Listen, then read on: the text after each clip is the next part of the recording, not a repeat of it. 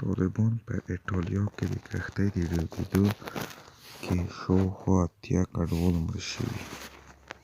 د ایټالیا په جنوبي ساحل کې د کډوالو د یوې کښتۍ د ډوبېدو تر پېښې 3 ورځې وروسته د طالبانو حکومت د بهرنیو چارو وزارت وایي په دغه ترتیب کې شاوخوا 80 تنو افغانانو هم ژوند له لاسه ورکړی دی.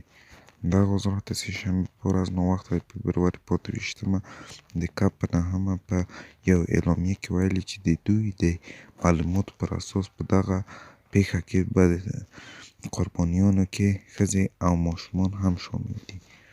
د ژغورنې کارکوونکو د تېرې یکشنبې په ورځ فبروري په 26مه کب په 7مه وویل چې د ایټالیا په ساحل کې د کډوالو د یوې بېړۍ د اوښتو په پېښه کې شاوخوا 58 تنه مړه شوي چې زیاتره یې افغانان دي.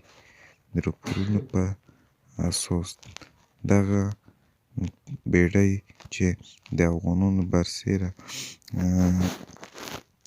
د پاکستان، ایران او سومالیا شاوخوا 200 کډوال یې لېږدول څو ورځې وړاندې له ترکیې حرکت کړی و او د یکشنبې په سهار د ایټالیا د کالابریا د سیمې په ساحل کې د خرابې هوا له کبله له ډبرو سره وجنګېدل. د ایټالیا د ساحل ساتنې ځواکونو په یو اعلامیه کې وویل چې 43 کسانو جسدونه یې موندلي. په اعلامیه کې راغلي تر اوسه 80 ژوندي راایستل شوي. ځینې کسانو د بېړۍ د له ډوبېدو وروسته پخپله ځانونه وچې ته ایستلي دي.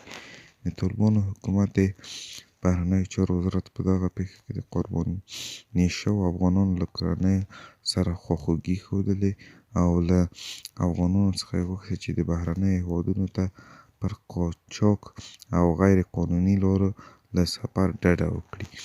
په دغه کې بیا ویل شوي د بهرنیو چارو وزارت په خیریه بنسټونو او خصوصاً د سره صلیب پر نړیوالې ادارې باندې غږ کوي چې د ایټالیا په سویلي سمندرګي کې د ډوبو شویو افغانانو د جسدونو په پیدا کولو او نقلولو کې د انساني مکلفیت له مخې خپل مسؤلیتونه ترسره کړي.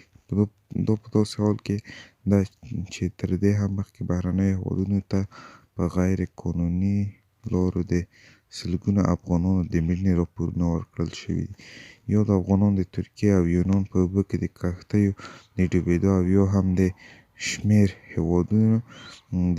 هېوادونو د پولیسو او انساني قاچاقبرانو لخوا مړه شوي دي.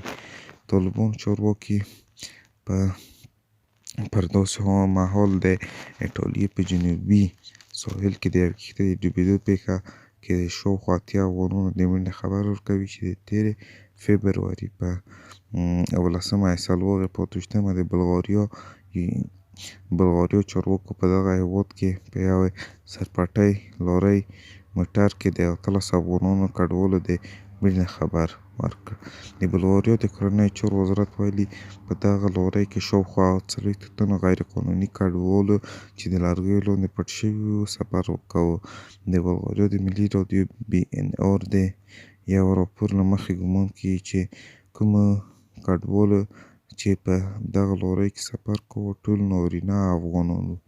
د طالبانو د حکومت د بهرنیو چارو وزارت ویاند عبدالقهار بلخي د فبروري په 24مه د کب په 5مه وویل چې بلغاریا کې د افغانستان سفارت ته سپارښتنه کړې چې د عدلیې طب د پلټنو وروسته دغه هېواد ته د دغو جسدونو د لېږد لپاره زمینه برابره کړي. افغانستان څخه په غیر قانوني لارو بهرنیو هېوادونو ته د افغانانو سفر د تېرو کلونو راهیسې دوام لري، خو په وروستیو کلونو کې دا لړۍ نوره هم چټکه شوې ده.